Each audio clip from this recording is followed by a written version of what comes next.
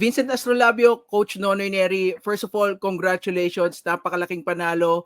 That was an 11th round technical knockout over Naupon kay Kanha. Ang ganda. Ang ganda ng laban, Vincent, Coach Nonoy.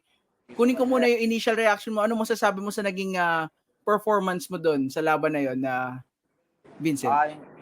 Sir, yung performance namin, sir, talagang namin, sir, pinagbutihan ko talaga sa laban namin kasi ito ulit chance natin to ulit makalaban ulit sa World Championship. Kailangan ko makabawi, kaya talagang pinagsikapan ko talaga na ma-knockout namin kasi mahirap din, di ba? Maabot na naman ng desisyon, mahirap na.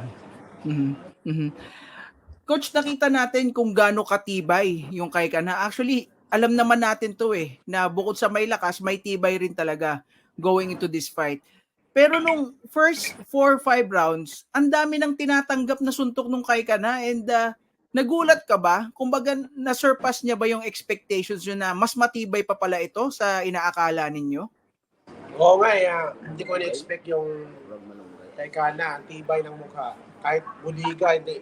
Parang nakapag-prepare pala itong tao siguro ito training din Kondisyon. So, kaya nga, yung tinatamat si Astrolabio, yung tumatanggap sa ng suntok, mayroon din siyang plano. Sabi ko, sige na, wait lang tayo sa timing, magto-timing lang tayo.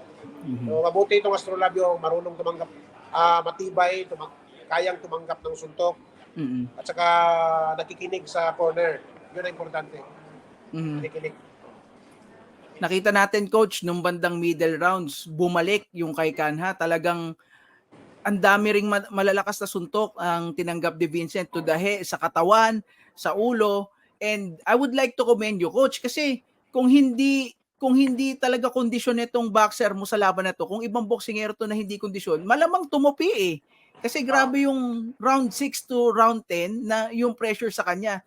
Nung nakikita mo, Coach, na ganun na yung atake, ganun na yung opensa na nilalabas nung kay Kanha, anong sinasabi mo sa corner mo, Coach? Ang sabi ko lang sa kanya, itong batang to, alam ko ng tibay nito Sabi ko sa kanya, basta focus ka lang. Focus ka lang kasi huwag kang mawala ng pag-asa kasi yung kalaban madaling tamaan. At saka i-timing mo lang siya, i-timing. Basta huwag kang mag-stay sa harap niya. Gawa ka ng paraan na makalabas ka kasi sumusuntok siya kasi kay Kanha So, yun, pinagawa ng jab. Tsaka sabi ko sa kanya, yung overhand na right straight namin, yung right overhand namin, matagal na namin tinitraining to. Sinabihan ko na siya na ito talaga yung makapatay kay Kanha. 100% ito talaga yung makabagsak sa kanya.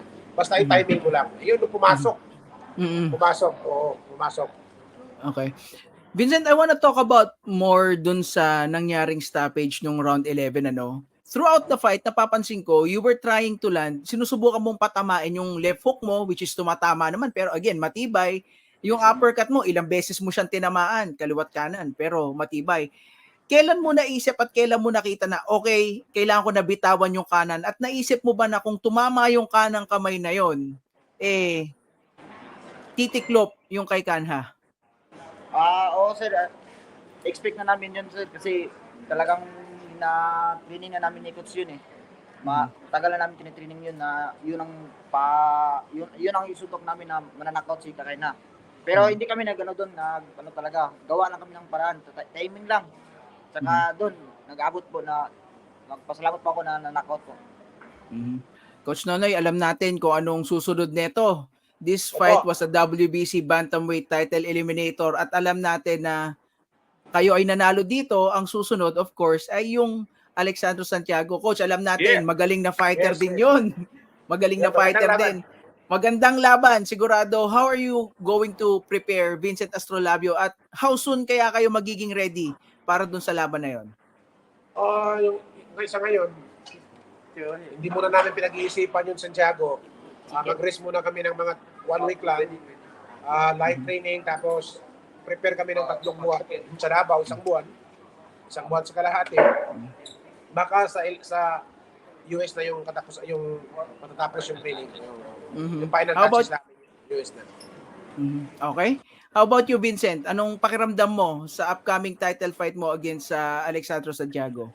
Ito, sir, excited po na makalaban ulit ng World Championship, sir, kasi ito yung ano yung big opportunity ko na makalaban ulit at saka maging isang ganap na World Champion, sir. Kaya sisikapan ko pa yung training namin ni Coach Nonoy sa mga trainer na kasamahan ko na trainer. Sisikapan pa namin, sir, na idagdag pa namin yung mga mali namin at saka nagpapasalamat din ako kay Sir Silver Boys. Silver Boys. Oo. Nagpapasalamat din po ako sa kanya kasi nandito siya. Mama sa amin. Oo. At sa buong team namin, sir, nagpapasalamat po ako. Yun po. Oo. Ito yung swerte namin. Pinakaswerte ito. Ito yung nagdala ng swerte. Oo. Nakita mo ba yung pinost ko, Mark? Sabi ko, ganun Opo, dapat. Nice. Videohan mo lang, wag mo ng picture.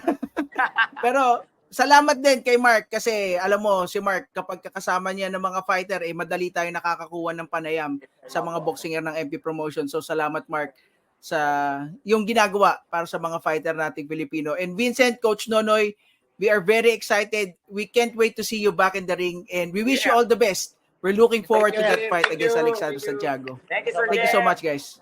Thank you. Bye. Thank you, sir.